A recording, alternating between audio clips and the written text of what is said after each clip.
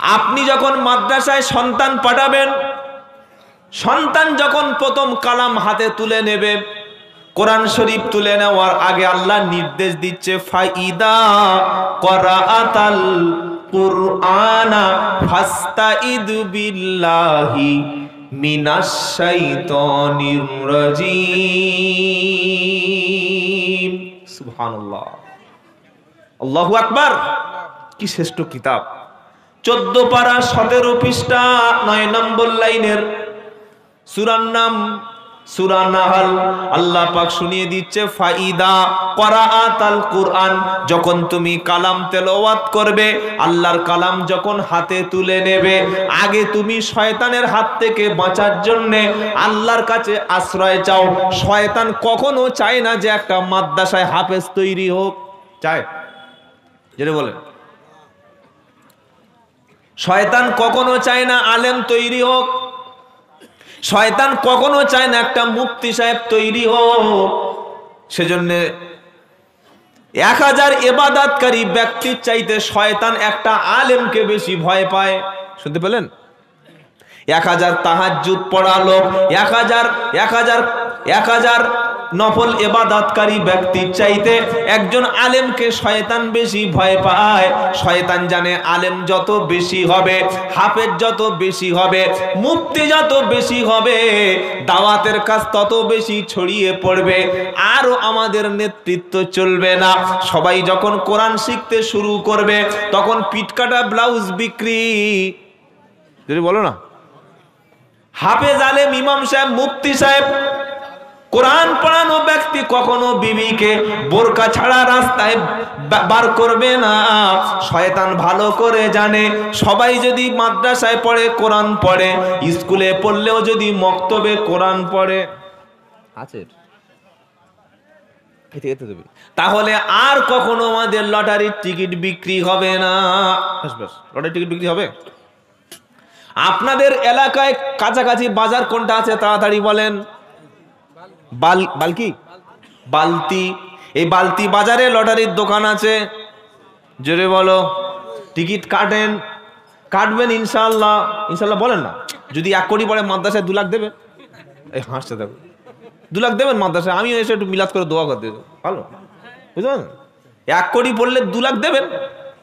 বলছে হুজুর দোয়া করুন, 1 কোটি পড়লে হজে যাব, মসজিদ করে দেব। দোয়া করছ, কত বড় শয়তান একবার চিন্তা করেন। হয় আবু জাহেলের খালাতো ভাই, আর তা না হলে আবু লাহাবের ফুফুতো ভাই, আর 3 নম্বরটা মোটেও নয়। বলছে দোয়া করুন যেন লটারির টিকিটে 1 কোটি পড়ে, যদি পড়ে মসজিদ বানিয়ে দেবো আর হজ করে আসবো। এলাম, দেখ ভাই, গরুর গোস্ত খাওয়া হালাল, কুকুর যদি বিসমিল্লাহ বলে জবাই করে খাস, ওটা হালাল হবে না। হবে? কুকুর ভালো করে বিসমিল্লাহ বলে জবাই করে ভালো তেল মরিচ ঝাল দিয়ে রান্না করলে কি হবে? হালাল হবে না। বালতি বাজারে লটারির টিকিট বিক্রি হয়। লটারির টিকিট কেটেছে কটা আলেম আর হাফেজ আর মুফতি সাহেব, মাওলানা সাহেব, নাম বলুন দেখেছেন? যারা প্রকৃত আলেম, হাফেজ, কারি, মুফতি, মাওলানা, জীবনে খাওয়া না হলে লটারির টিকিট। শয়তানের রাগ কেন বুঝতে পারছেন? শয়তান জানে গ্রামে সবাই যদি কোরআন জানে, লটারির টিকিট তাহলে কার কাছে বিক্রি করব, কে কিনবে, আমাদের ব্যবসাটা কি করে চলবে? সেজন্য বলছে মাদ্রাসায় দান করিস না, মাদ্রাসা রাখা যাবে না। শয়তান জানে মাদ্রাসা ধ্বংস হলে লটারির টিকিটের দোকানও এখানে একটা দেবো।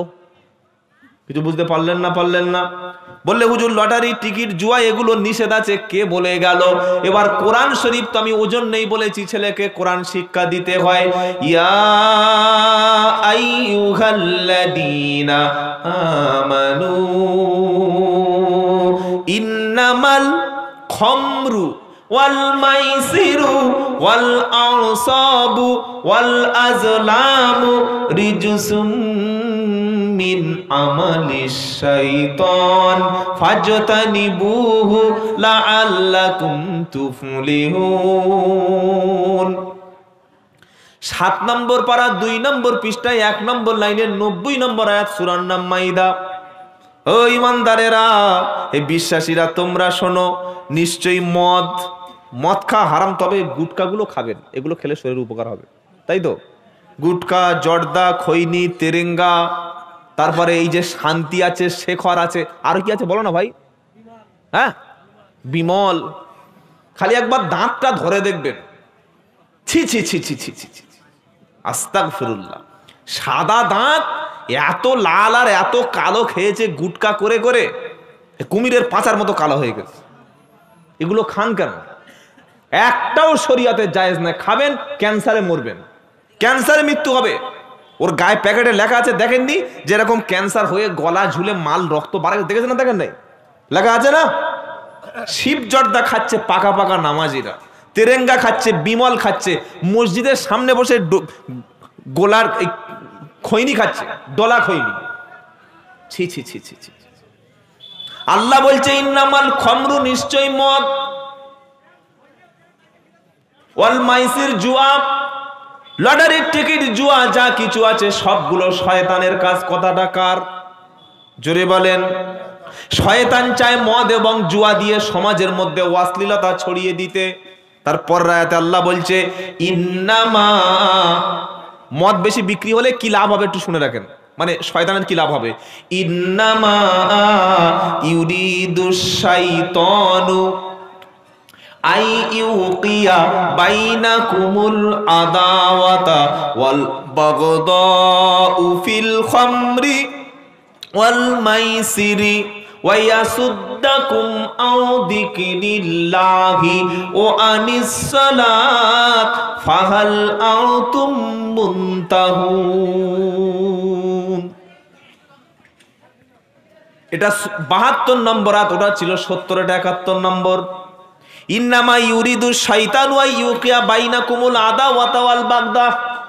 আল্লাহ বলছে শয়তান চায় মদ দিয়ে তোমাদের ভাই ভাই মারামারি লাগিয়ে দিতে চায়। কে? শয়তান। তোমাদের মধ্যে শত্রুতা তৈরি করতে চায় কে? শয়তান। ওয়ায়াসুদ্দাকুম আন যিকরিল্লাহ, আল্লাহর জিকির থেকে দূরে সরিয়ে আনতে চায়, আর নামাজ থেকে দূরে সরিয়ে আনতে চায় মদ দিয়ে, জুয়া দিয়ে। আল্লাহ বলছে ফাহাল আনতুম মুনতাহুন, এর পরে কি তোমরা দূরে সরে থাকবে না? হে বালতির মুসলমানেরা, যদি প্রত্যেকটা ছেলে কোরআন জানে, আপনার ছেলে স্কুল থেকে পড়ে এসে মক্তবে যখন কোরআন শিখবে, ও কখনো মদের বোতল হাত দেবে না। শয়তান জানে তাহলে মদটা খাবে কে, কার কাছে মদটা বিক্রি করব। আর সরকারও মদ বিক্রি করে সেই টাকা থেকে বিশাল ইনকাম করছে। কি বলছেন বলেন? করছে না? করে না? কোটি কোটি টাকা মদের থেকে আয় হয় সরকারের। মদকে যদি কেউ বাইক চালায় লাইসেন্স কেড়ে নেবে, 1000 টাকা ফাইন করবে। মদকে গাড়ি চালালে 4 চাকা 5000 টাকা জরিমানা হবে। মদকে গাড়ি চালালে পুলিশ চাপড়ে গাল লাল করে দেবে। আর 50 মিটারের মধ্যে সামনে মদ বিক্রি হচ্ছে, পুলিশ সেখানে লাইন দিয়ে দেখছে, গার্ড দিচ্ছে। কি ঠিক বলছি না ভুল বলছি? ওই কেমন ক্ষমতা, ওইটা বন্ধ কর। বলছে না, এটা আমাদের ওপর থেকে বলা আছে, আমরা এখানে দায়িত্ব নিয়ে পাহারা দিচ্ছি, যাতে মদ বিক্রির সময় মদখোররা ঝামেলা করে না যায়। চিন্তা করতে পারছেন? আল্লাহ বলছে মদ এবং জুয়া শয়তানের কাজ। সমাজ থেকে মদ ততক্ষণ বন্ধ হবে না যতক্ষণ না সমাজের মানুষ কোরআন শিখবে। কথা বুঝতে পারছেন? জলসা দিয়ে মদ বন্ধ হবে না। এদিকে বক্তা বলবে মদ খাওয়া হারাম, মদ খাবেন না বাবা। মদখোর মনে মনে করছে হুজুর তুই বুঝবি কি, একবার টেনে দেখ আমাদের সাথে কিরকম লাগে। কথা বুঝতে পেরেছেন? সেদিন একটা জলসায় বক্তব্য হচ্ছে, বক্তা বলছে কিয়ামতের দিন আল্লাহ সাকাহুম রাব্বুহুম শারাবান তাহুরা, আল্লাহ কিয়ামতের দিন মানুষদের তৃষ্ণার্ত পিপাসিত জান্নাতি ব্যক্তিদের জন্য সারাবে তহুর পবিত্র মদের ব্যবস্থা করবে। মদখোর মাথায় গামছা বেঁধে দাঁড়িয়ে বলল সুবহানাল্লাহ, নারায়ে তাকবীর, হুজুর জিন্দাবাদ। কি আর হুজুর জিন্দাবাদ কেন? বললে হুজুর এই জন্য তো আমি সকাল থেকে 2 বার বাংলা মাল খেয়েছি, যাতে জান্নাতে গিয়ে খেতে পারি, এখন থেকে নেশাটা ঠিক করে রেখেছি। কি বুঝলেন বলেন? হে বাবাজিরা, মিলাদ দিয়ে কখনো মদ বন্ধ হবে না, জলসা দিয়ে মদ বন্ধ হবে না। মদখোরের বিবি হুজুরের কাছে বলছে হুজুর তাবিজ দাও, বললে কি বললে মদের তাবিজ। না না, মদের তাবিজ 1000 টাকা ধরে নিল, মদখোর মদ ছাড়বে না। ছাড়ার লাইন কিন্তু নবী শিখিয়েছে আলাদা। ছাড়ার লাইন নবী শিখিয়েছে, জোরে বলো। পাড়ায় পাড়ায় তালিম দাও, দাওয়াতের সাথীরা গিয়ে মানুষদেরকে বোঝাও। আপনি যদি আল্লাহ রাস্তায় দিনের দাওয়াতের সাথীদের সঙ্গে একটু আল্লাহ রাস্তায় বার হয়ে আসেন, আল্লাহর কসম করে বলছি নবীর সুন্নাতটা শিখতে পারবেন, কোরআন আপনার মধ্যে চলে আসবে। 40 দিন যদি আল্লাহ রাস্তায় সময়টা দিয়ে আসতে পারেন, কাছাকাছি কোনো হাক্কানি আলেম যদি থাকে তার সঙ্গে যদি সোহবতে বসেন, মাদ্রাসা ওলামাদের কাছে গিয়ে যদি একটু বসেন, আপনার সন্তানটাকে যদি একটু মাদ্রাসায় পাঠান, নিজের মধ্যে যখন সুন্নাত তৈরি হবে, কোরআন যখন নিজের মনের মধ্যে আসবে, মেরে পুঁতে ফেলেও দিলেও মদের দিকে মুখ বাড়াবে না। এটাই ছিল বিশ্ব নবীর টার্গেট। তাই বাঁচতে হলে মাদ্রাসা বাঁচিয়ে রাখো, তবে তোমার সমাজ থেকে মদ বন্ধ হবে। প্রত্যেকটা ছেলে যখন মাদ্রাসায় পড়বে, মাধ্যমিক পাস করা হলেও সে যখন মাদ্রাসায় একটা টাইমে কোরআন শিখে আসবে, মদের বোতল পর্যন্ত ধরে তুলে দেখবে না। শয়তানের রাগ এই জায়গায় বলছে মাদ্রাসা রাখিস না। আসামের সরকার এই গত কয়েক মাসের মধ্যে প্রায় 250-র মতো মাদ্রাসা ভেঙে ফেলেছে। একটা একটা করে সব ভেঙে ফেলছে, মাদ্রাসাগুলো ভেঙে স্কুল তৈরি করে দিচ্ছে। এটা আমাদের জন্য বিশাল মুসিবতের খবর। আমরা যারা যুবক বা যারা যুবক আছো ভাই, তোমাদের সেই বয়স নেই যে মাদ্রাসায় শিখবে, কিন্তু আমি আব্দুল্লাহ জুবায়ের তোমাদের পায়ে দুটো ধরে বলে যাচ্ছি, মাগরিবের নামাজের পরে একটা টাইম ইমাম সাহেবের কাছে বসো, এশার নামাজের পরে একটা টাইম ইমাম সাহেবের কাছে বসো, ফজরের নামাজের পরে একটা টাইম ইমাম সাহেবের কাছে বসো। বর্তমান সময়ে এই মাদ্রাসা আর দাওয়াত ও তাবলীগের মেহনত আছে বলে, আর এই কোরআনের তাফসিরের মাহফিলগুলো চলছে বলে দিন ইসলাম টিকে আছে। তা না হলে এই ইসলামের কোনো নাম নিশানা থাকতো না। আপনারা কি বলছেন বলেন? কথা বলছেন না যে? সারা বিশ্বে সব দেশে জলসা হয় না, কিন্তু দাওয়াতের কাজ সারা বিশ্বের সব দেশে চলছে আলহামদুলিল্লাহ। মসজিদ ভিত্তিক কোরআন শিক্ষা ইউরোপে আছে, আমেরিকায় আছে, কানাডায় আছে, ফ্রান্সে আছে, জার্মানে আছে, অস্ট্রেলিয়া আছে, কোন দেশে নাই? কিন্তু মায়ানমার আপনি চলুন কালকের, একটা মাদ্রাসা আর সেখানে সরকার রাখেনি। একটা মসজিদ মায়ানমারে বেঁচে নাই, আজান পর্যন্ত আর হচ্ছে না। 12 লাখ যে মুসলমান ছিল মায়ানমারে, এই 12 লক্ষ মুসলমানকে সেখানকার বেঈমান, পৃথিবীর শত্রু, সন্ত্রাসী তো তারা যারা নির্বিচারে নিরীহ বাচ্চাদেরকে হত্যা করে। 12 লাখ মুসলমানকে বাংলাদেশে পাঠিয়ে দিয়েছে। 12 লাখ মায়ানমারের মুসলমান এখনো বাংলাদেশে আছে না? আছে না? আছে। মসজিদ মাদ্রাসায় নাই মায়ানমারে, মক্তব নাই, দাওরা হাদিস মাদ্রাসা সব নষ্ট করে দিয়েছে। আগে দাওয়াতের সাথীরা কাজ করতো, সে যাওয়ার সুযোগই আর নাই। তাদের টার্গেট কিন্তু ইসলাম, তাদের টার্গেট ইসলাম। বাবরি মসজিদ ভেঙেছে, জ্ঞানবাপী মসজিদটাও ভাঙবে খুব তাড়াতাড়ি, শুনে রাখেন। মথুরার একটা ঈদগাহ আছে, সেই ঈদগাহ কমিটিকে নোটিশ দেওয়া হয়েছে, বলছে এখানে আমাদের শ্রীরামকৃষ্ণ এখানে এসে ঘোরাফেরা করতেন, এটা ঈদগাহটাও আমার। আপনি কি করবেন বলেন? কি করবেন? যদি আপনার মনের মধ্যে আল্লাহর সন্তুষ্টির জন্য জান আর মাল দেওয়ার জন্য যদি ঈমান না তৈরি হয়, আমরা যেভাবে একটা একটা করে দিন সামনে আসছে, যদি আমাদের এলাকায় এইরকম কাজ শুরু হয়, আমরা শুধু দাঁড়িয়ে দাঁড়িয়ে দেখবো, কিছু করার থাকবে না, কিছু করার থাকবে না। সেজন্য এই মাদ্রাসাটাকে টিকিয়ে রাখা হচ্ছে ঈমানি দায়িত্ব। বলুন সুবহানাল্লাহ। সুবহানাল্লাহ জোরে বলতে পারলেন না? কিছু কিছু জায়গায় গিয়ে খুব আফসোস হয়, বলে হুজুর এই মাদ্রাসাটা ফুরফুরার মাদ্রাসা, এই মাদ্রাসাটা তাবলীগের মাদ্রাসা। আমি শুনে তো মাথায় হাত দিয়ে চিন্তা করি যে ইসলামটাকে এরকম ভাগাভাগি কারা করলো? আপনাদের গ্রামে যে মসজিদে কোরআন শরীফ আছে, এই কোরআন শরীফটা কত পারা তাড়াতাড়ি বলুন? কত পারা? 30 পারা। আবার ফুরফুরা শরীফের মসজিদে যে কোরআন শরীফ আছে সেটা কত পারা? 34 পারা, তাই তো নাকি? 29 পারা। কাবা শরীফের কাছে গিয়ে যদি যে কোরআন শরীফটা পাবেন ওটাও 30 পারা। ওখানকার কোরআন শরীফ 30 পারা। ফুরফুরার লোকেদের কোরআন শরীফ 30 পারা। তাবলীগ জামাতের কোরআন শরীফ 30 পারা। আহলে হাদিসদের কোরআন শরীফ 30 পারা। সুন্নিদের কোরআন শরীফ 30 পারা। তাহলে যারা বলছে মাদ্রাসা ফুরফুরা তাবলীগ, এরা ভাই কারা? নিশ্চয়ই আবু জাহেলের সন্তান, আর তা না হলে ফেরাউনের ভাগনা। কি বলছেন বলেন? বাড়ির কাছে মাদ্রাসা, ওখানে তবলিগ ফুরফুরা ভাগ করবি তুই? হ্যাঁ, মাদ্রাসা পেলেই দান করবি, তো ছেলেটা মাদ্রাসায় দিবি। কে এরকম ভাগাভাগি শিখিয়েছে? আমার জীবনে 2009 থেকে 2014 সাল পর্যন্ত একটা মসজিদে ইমামতি করতাম। মাইনে ছিল মাত্র 700 টাকা। জোরে বলুন সুবহানাল্লাহ। কত টাকা? 700। যারা মসজিদের সেক্রেটারি, এখানে যদি কেউ বসে থাকেন মাথাটা একটু নিচু করুন, আপনাদের বিরুদ্ধে দু একটা কথা বলে নি। মসজিদের সেক্রেটারি, ক্যাশিয়ার আর সভাপতি সাহেব, আপনি একটু ভালো করে শুনুন যারা আছেন। সব জায়গায় বলি, এখানেও বলতে হবে, হক আদায় করছি। মসজিদে যদি টাইলস বসিয়ে থাকেন, ফ্লোরে যদি আপনার মসজিদে পাথর বসিয়ে থাকেন, দামি ডেকোরেটাস মসজিদে যদি করে থাকেন, 10,000 টাকা না দিলে ইমামের পিছনে নামাজ হবে কিনা সন্দেহ আছে। কত টাকা? জোরে বলো। বললে হুজুর আমাদের গ্রাম গরিব। তো গ্রাম যদি গরিব হয়, 22 লাখ টাকা মসজিদে ঢুকলো কি করে? এটা কি রাজ্য সরকার দিয়েছে? কেন ভণ্ডামি করলেন? কেন এই শয়তানি করলেন, বেইনসাফি করলেন?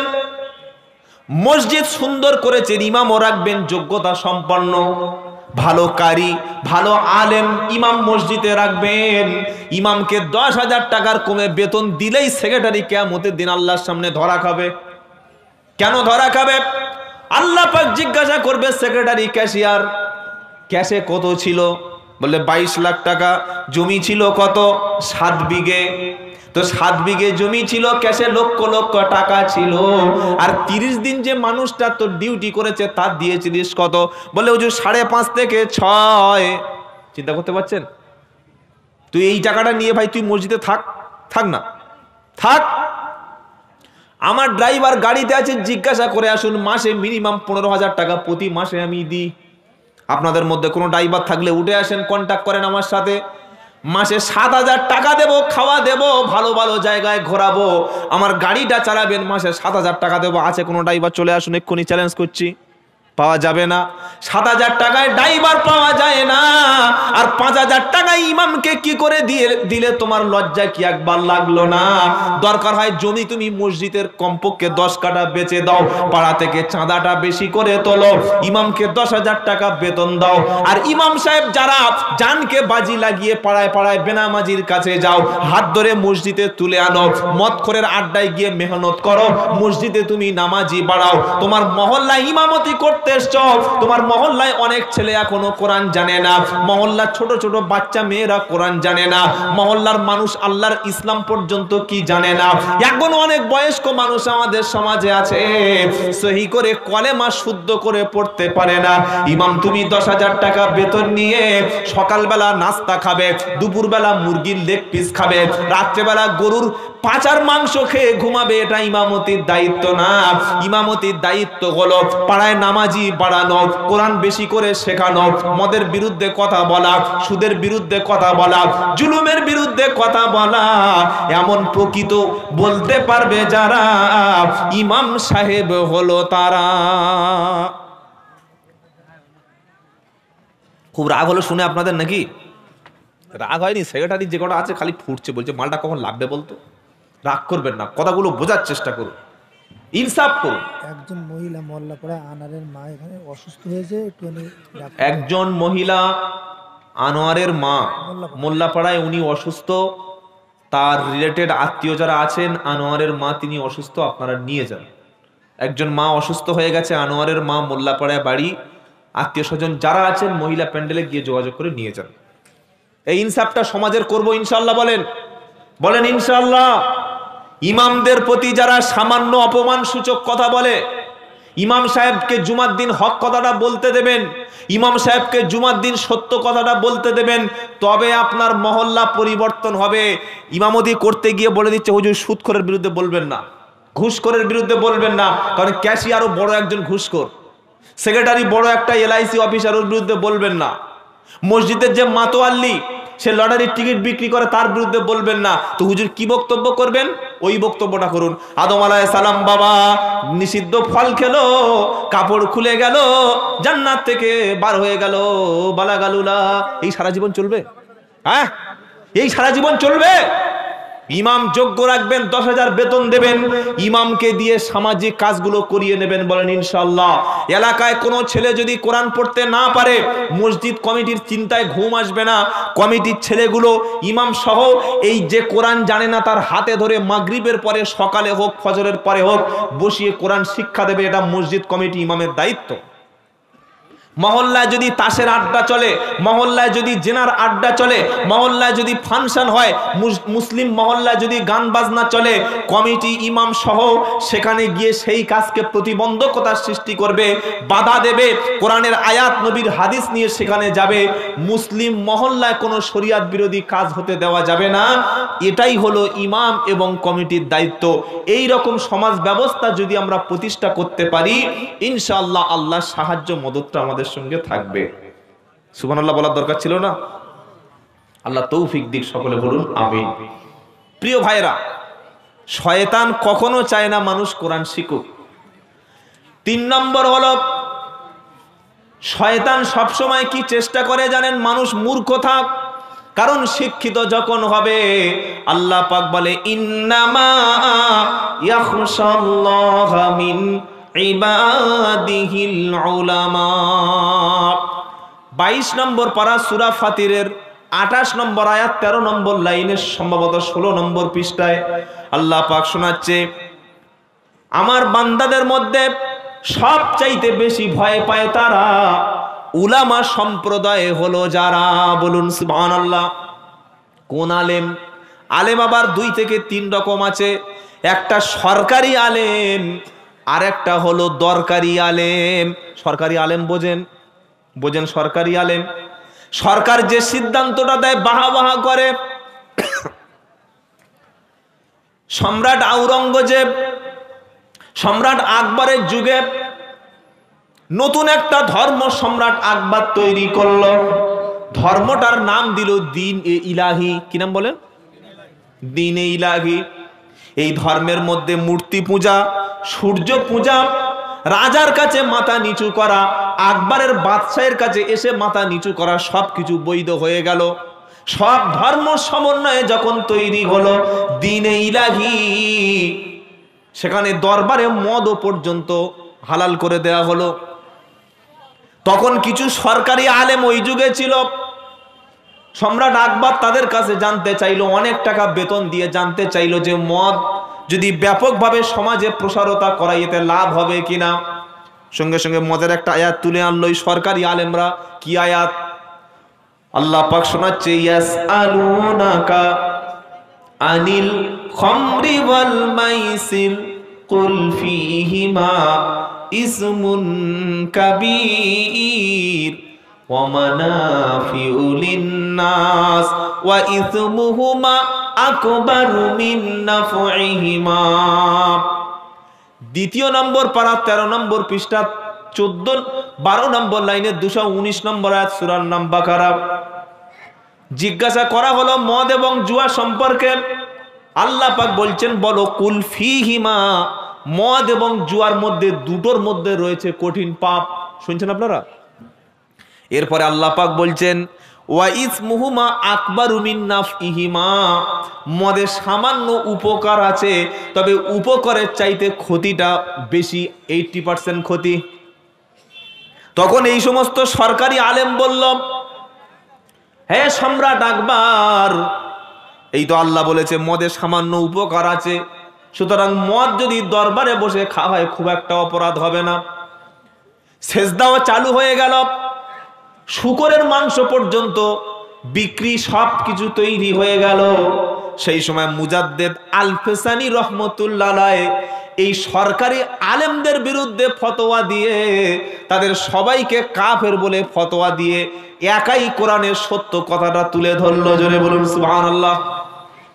তাহলে আলেম হলো দরকারি, কোরআন সুন্নাহর আলেম, তারা আল্লাহ দেখে ভয় পায়। এই রকম আলেমের মধ্যে একজন ছিলেন ইমাম আজম আবু হানিফা রাহমাতুল্লাহ আলাইহি। বলুন সুবহানাল্লাহ। ইমাম আজম আবু হানিফা রাহমাতুল্লাহ আলাইহি এমন একজন খোদাভীরু আলেম ছিলেন যে আলেমের মৃত্যু কিন্তু বিছানায় হয় নাই, গদির উপরে হয় নাই, মুরিদের কাছে হয় নাই, পীর মহলে হয় নাই, বরং ইমামে আজম আবু হানিফা, আমরা যে ইমামের মাসলাক অনুযায়ী চলি, এই ইমাম আজম আবু হানিফার মৃত্যুটা হয়েছিল জেলখানার মধ্যে। কোথায়? জোরে বলেন। জেলখানাও সুন্নাত, খালি মেসওয়াক করা সুন্নাত। রমজান মাসে বুঝলেন নিম গাছের গোড়া পর্যন্ত তুলে নিয়েছে, নিম গাছ তুলে দাঁতে ঘষছে আর বলছে মেসওয়াক করা সুন্নাত, মেসওয়াক করা সুন্নাত। বুঝতে পারছেন? খেতে বসেছে, বলছে ভাই মিষ্টি দে। বললে কেন? বললে খাওয়ার শেষে মিষ্টি খাওয়া সুন্নাত। তুই নিজে কবে কিনে খেয়েছিস বল? লোকের বাড়ি গিয়ে সুন্নাত, আর নিজের বাড়ি তখন সুন্নাত থাকে না। এ ভণ্ডামি কবে থেকে চালু হলো? নিজের বাড়িতে মিষ্টি কখনো খায় না, আর খানা বাড়িতে গিয়ে সেই সময় বলে মিষ্টি খাওয়া সুন্নাত। মাথায় টুপি দেওয়া সুন্নাত, দাড়ি রাখা সুন্নাত, হ্যাঁ না বলেন না? দস্তরখান বিছিয়ে খাওয়া সুন্নাত। আর সত্য কথা বলে ইউসুফ নবীর মতো জেল খাটাও, মুহাম্মদ সাল্লামের মতো সাহাবে আবু তালেবের 3 বছর জেলখানায় বন্দী থাকা, এটাও সুন্নাত। এই সুন্নাত অনেক আগে ছেড়ে গিয়েছে। সুন্নাত নয় শুধু খাওয়ার শেষে মধু পান, সুন্নাত নয় শুধু দাওয়াতেরই মেহমান, আরো কিছু সুন্নাত আছে তুমি জানো কি? জানলেও জীবনে কখনো তা মানো কি?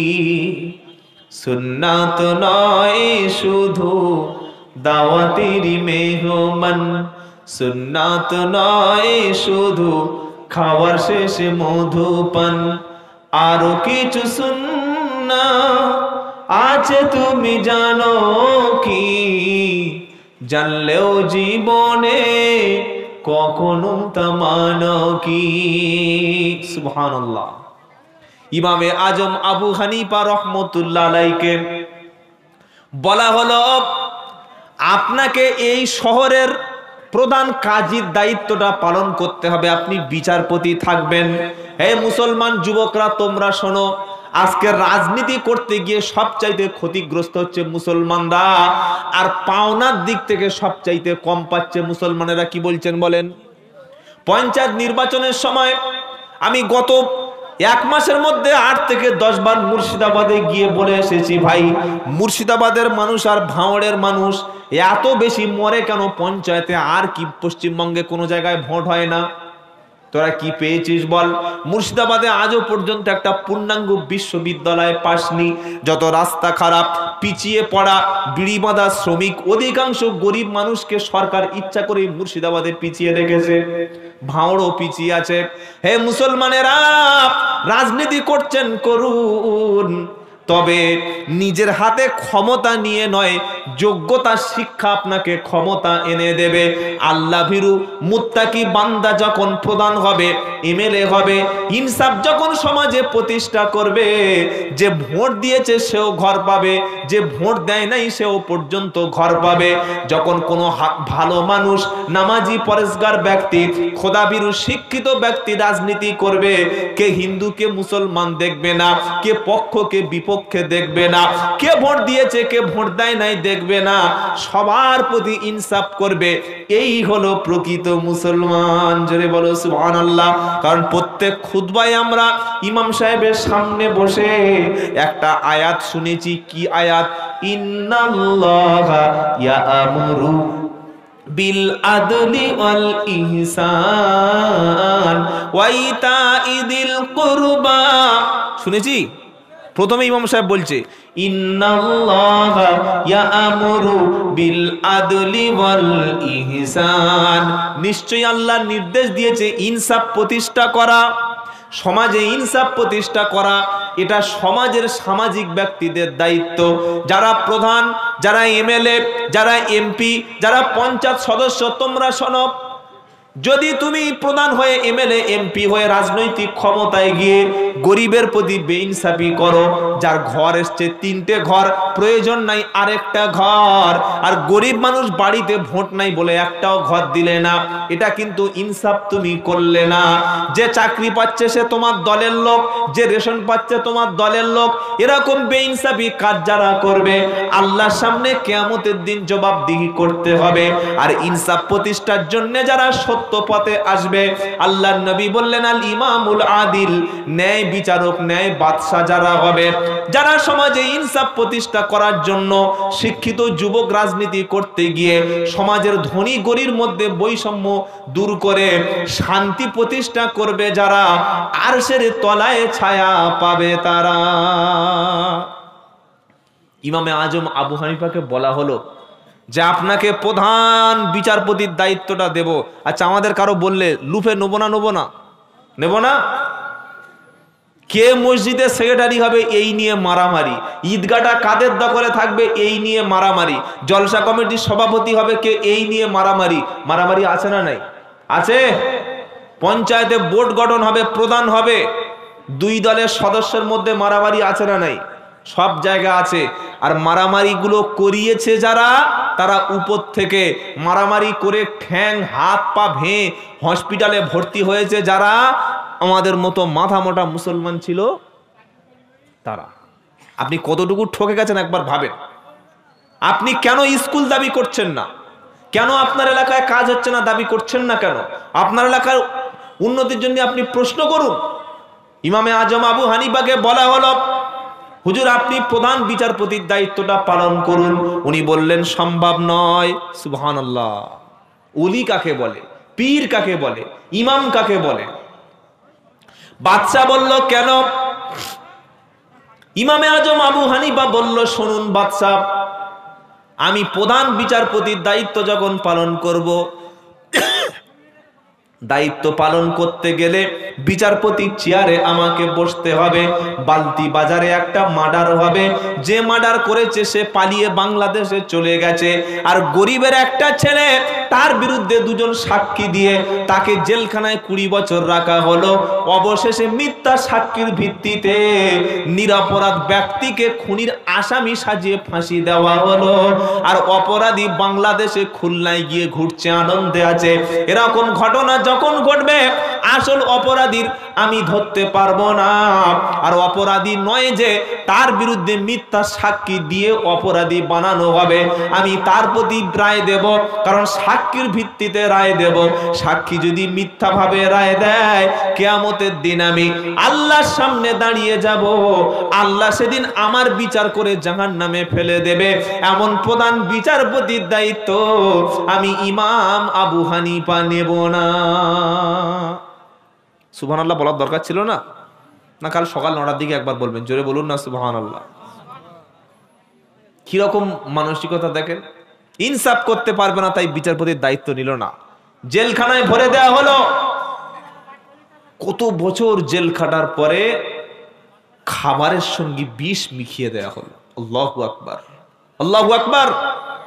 খাবারের সাথে বিষ, সেই বিষ খাইয়ে জেলখানা থেকে ইমামে আজম আবু হানিফা রহমতুল্লাহ এর লাশটা বিষে জর্জরিত করে শহীদ করে বার করে দেয়া হয়েছে। আর আপনি লড়াই করছেন ক্ষমতার জন্য।